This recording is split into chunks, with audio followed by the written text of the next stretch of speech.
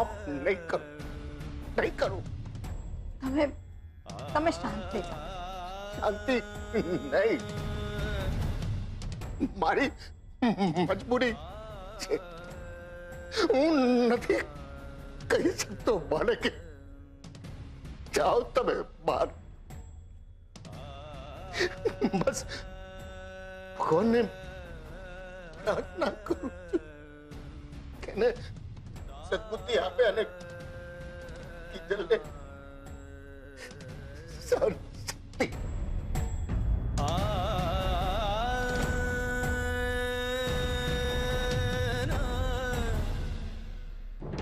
ઉત્કર્ષનું નામ નહીં લેતી તું.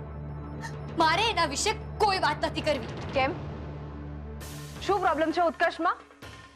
આખો દિવસ જ્યારે હોય ત્યારે ઉત્કર્ષ જરા મને આટલી હેલ્પ કરી દેજે ને, મને પ્રપોઝલ બનાવવા માટે મદદ કરી આપજે ને. પપ્પાને ત્યાં ચા પહોંચાડવા માટે તારી બાઇક પર બેસાડીને મને ત્યાં લઈ જજે ને. આ બધું જ્યારે કરવું હોય ત્યારે તો ઉત્કર્ષ કરતા થાકતી નથી. અને આજે ઉત્કર્ષના નામથી તને એલર્જી થઈ ગઈ છે?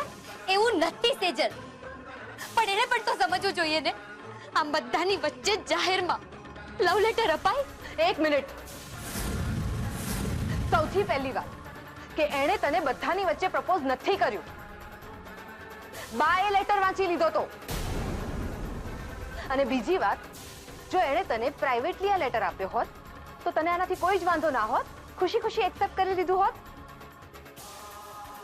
સેજલ? શું સેજલ?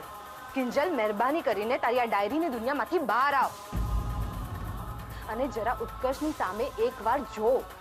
એ કેટલો સારો છોકરો છે, એકવાર વિચાર કરી શકાય એવો. પણ સેજલ, એ મારો માત્ર ફ્રેન્ડ છે.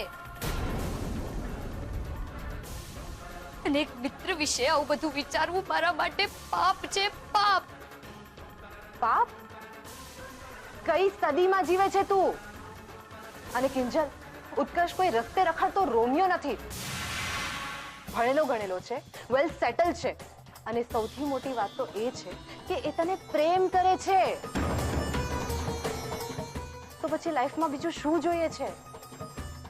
પણ સેજલ દીદી, જો ઉત્કર્ષ કિંજલને સાચે પ્રેમ કરે છે તો એણે વાત તો ધ્યાન રાખવું જોઈએ ને કે કિંજલનો આમ જાહેરમાં પજે તો ના થાય.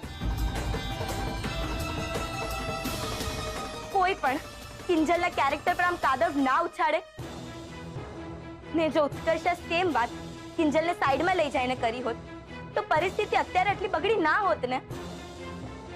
બીજાને બધું મને સમજાય છે, પણ આ બધું એણે જાણી જોઈને નથી કર્યું.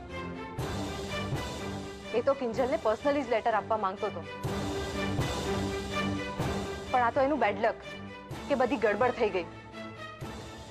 પણ એનો મતલબ એમ નથી કે કિંજલ એને બધાની વચ્ચે લાફો મારી દે.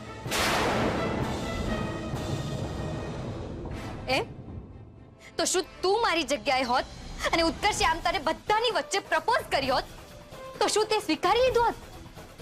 કે પછી એમ કહ્યું હોત કે વિચારીશ, અત્યારે તું મને લેટર આપી દે ને? નહીં સેજલ, નહીં. તું અને રૂપેશ જીજુ બંને એકબીજાને પ્રેમ કરો છો. તમારા બંને વચ્ચે પ્રેમનો સ્વીકાર થયો હશે, પણ હું ઉત્કર્ષને પ્રેમ નથી કરતી ને નહીં કરી શકું એને પ્રેમ. નહીં કરી શકું. અચ્છા, તો પછી કિંજલ, તું પેલા સુશાંતને જ લાયક છે. સેજલ દીદી, પ્લીઝ આવું નહીં બોલો. તો બીજું શું બોલું? અને કિંજલ, હવે સમય આવી ગયો છે. પ્લીઝ ક્લિયર થા. અને આજે તે ઉતાવળિયો નિર્ણય લીધો છે ને, એના કારણે તે ઉત્કર્ષનો પ્રેમ તો ઠીક, એની મિત્રતા પણ ગુમાવી દીધી છે. અને મારી એક વાતને તું ગાંઠ બાંધીને રાખજે કિંજલ. આ લાફો માર્યાનો અફસોસ તને આખી જિંદગી રહેશે.